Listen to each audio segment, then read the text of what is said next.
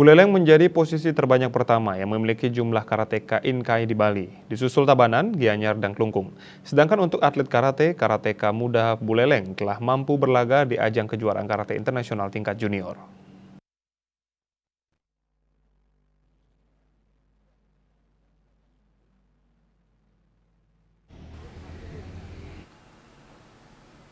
Ratusan karateka muda Buleleng menampilkan performa terbaiknya pada Gasuku dan penurunan Q. Dalam ajang ini mereka diuji sejauh mana proses pembelajaran yang diterima selama bergabung dalam seni bela diri karate di Gor Buana Patra Singaraja. Seperti yang disampaikan penguji dari Pengda Inkai Bali, Made Subamiana.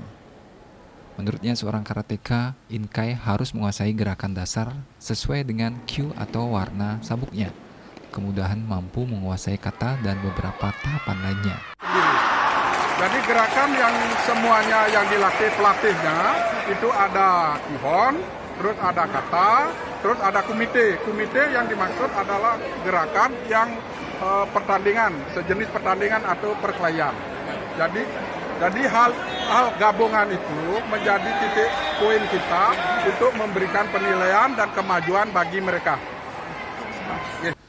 Sedangkan menurut Ketua Umum Federasi Olahraga Karate-Do Indonesia Forky Buleleng, Dr. Ketut Putra Sedana mengatakan kegiatan Gasuku bertujuan untuk menyamakan gerakan teknik yang telah distandarkan kepada karateka.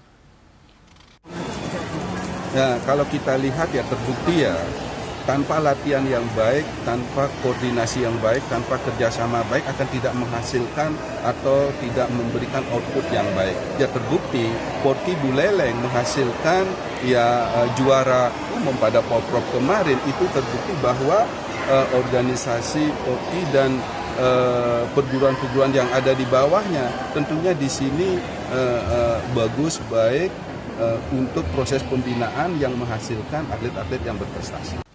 Dr. Caput sangat mengapresiasi segala prestasi yang telah ditorehkan oleh Inkai Buleleng. Dirinya menilai sejauh ini hubungan dengan perguruan-perguruan di bawah naungan Forky sudah sangat baik sehingga bisa melahirkan atlet-atlet yang mampu berbicara prestasi baik di tingkat provinsi hingga nasional.